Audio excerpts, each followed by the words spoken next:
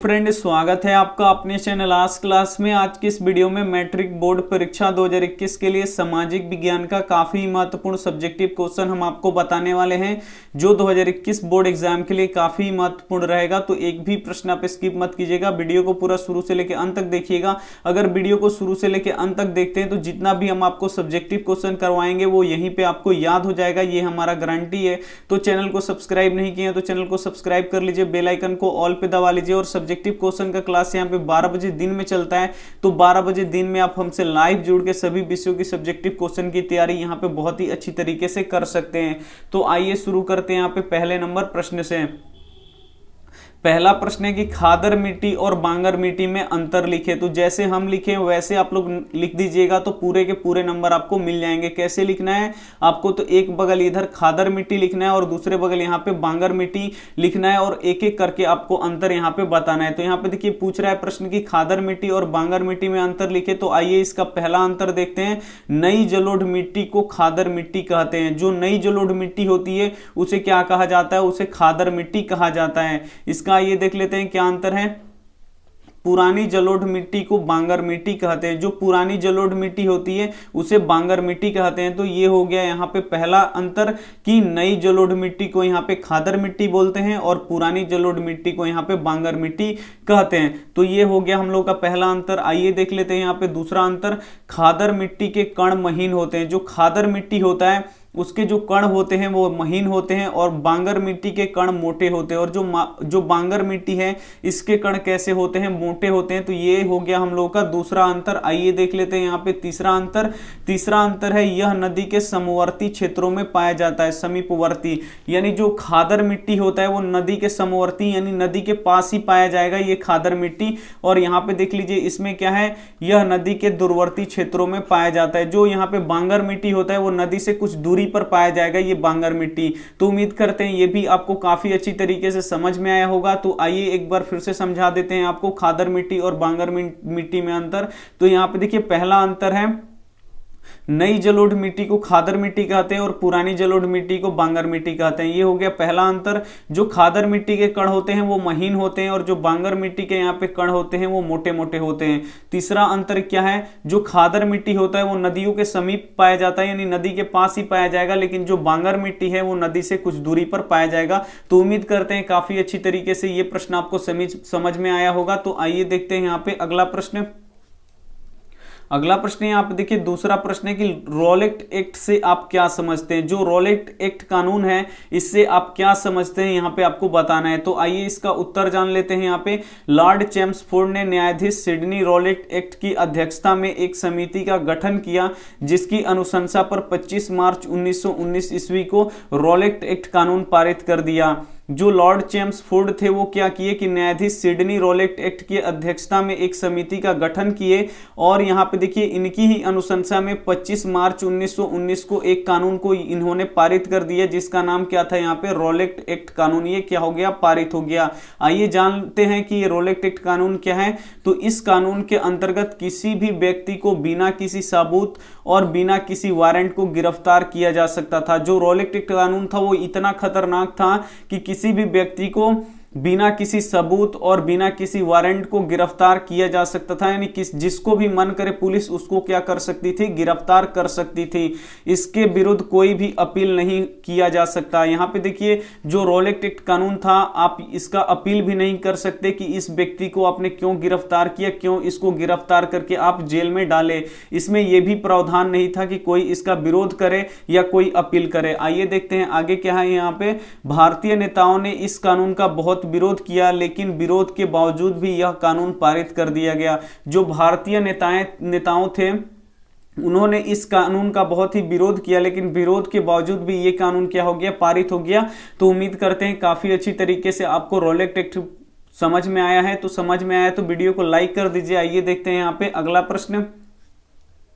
अगला प्रश्न यहाँ पे देखिए 3 नंबर प्रश्न है कि साख क्या है। जो साख है आपको यहाँ पे बताना है कि साख क्या है।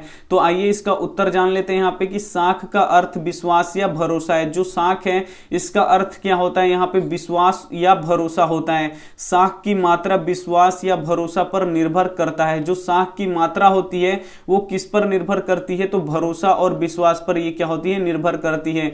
इसी विश्वास के आधार पर व्यक्ति के ऋण का लेन देन की मात्रा निर्भर करता है और इसी विश्वास के आधार पर व्यक्ति के ऋण का लेन देन की मात्रा क्या करता है, निर्भर करता है। साख के दो पक्ष होते हैं।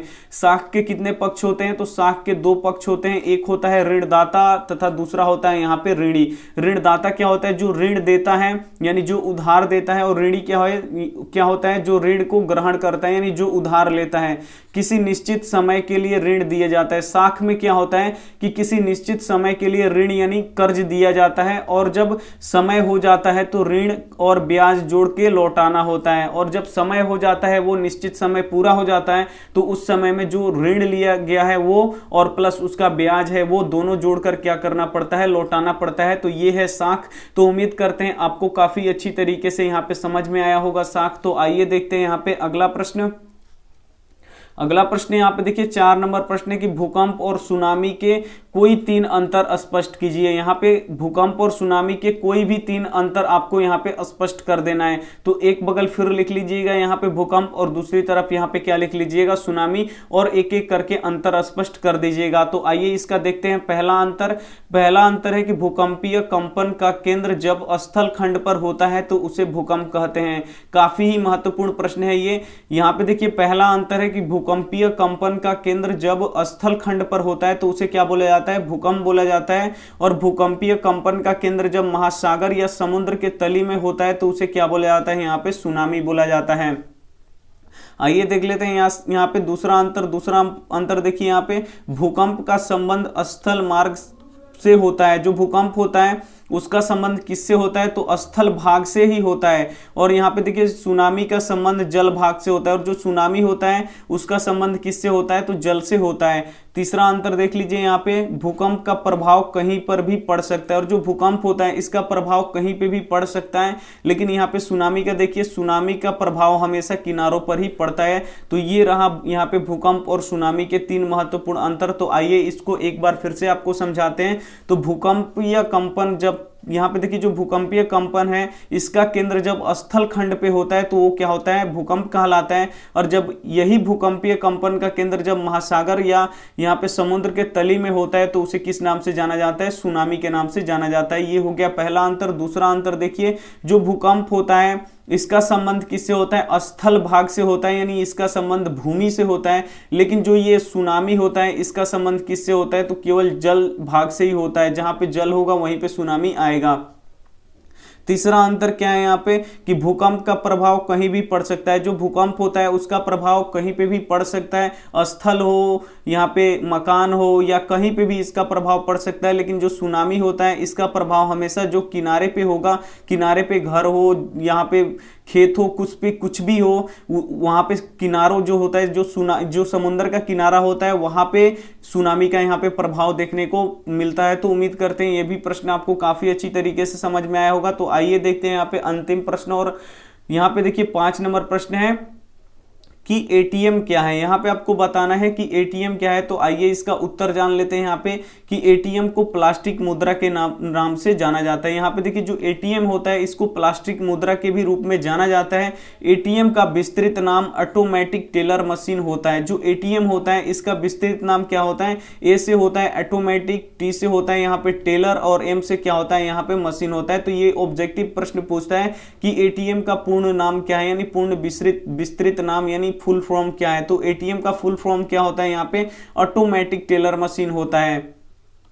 एटीएम के उपयोग के लिए एटीएम कार्ड दिया जाता है, और एटीएम का आपको उपयोग करना है तो उसके लिए एक एटीएम कार्ड दिया जाता है जो एटीएम सह डेबिट कार्ड के रूप में जाना जाता है। और जो कार्ड दिया जाता है वो किस नाम से जाना जाता है, एटीएम सह डेबिट कार्ड के रूप में यह जाना जाता है एटीएम कार्ड। इस प्रणाली से 24 घंटे, यहाँ पे देखिए इस प्रणाली के द्वारा 24 घंटे पैसे निकाला या जमा किया जा सकता है। जो एटीएम प्रणाली है इस प्रणाली से आप 24 घंटे एटीएम से पैसे निकाल भी सकते हैं और पैसे जमा भी कर सकते हैं। एटीएम संचालन संचालक को एक गुप्त कोड दिया जाता है। जो एटीएम संचालक होते हैं उनको एक गुप्त कोड दिया जाता है, जिसके प्रयोग से ही एटीएम का संचालित किया जाता है। और जो आपको गुप्त कोड दिया जाता है उसी से आप क्या कर सकते हैं, एटीएम को संचालित यानी चला सकते हैं, उसमें पैसा रख भी सकते हैं और उससे पैसा निकाल भी सकते हैं। तो वो उसी गुप्त पिन के कारण ही होता है। तो ये था हमारा एटीएम। एटीएम भी आपको काफी अच्छी तरीके से समझ में आया होगा कि एटीएम क्या है। अगर वीडियो अच्छी लगी है तो वीडियो को आप लोग क्या कर दीजिए, वीडियो को आप लोग लाइक कर दीजिए और अपने दोस्तों के पास इस वीडियो को जरूर शेयर कीजिएगा। और चैनल को सब्सक्राइब नहीं किए तो चैनल को सब्सक्राइब भी कर लीजिएगा। और सब्सक्राइब करने के बाद जो एक बेल आइकन आता है उसको आप लोग ऑल पे दबा लीजिएगा क्लिक करके, ताकि जब भी हम कोई लाइव क्लास ले तो सबसे पहले नोटिफिकेशन आप तक पहुंचे और उस नोटिफिकेशन पे आप लोग क्लिक करके हमारा लाइव क्लास आप लोग देख सके। Thank you for watching. मिलते हैं अगले वीडियो में, तब तक अपना ध्यान रखिए, मन लगा के पढ़ाई कीजिए। Take care and bye.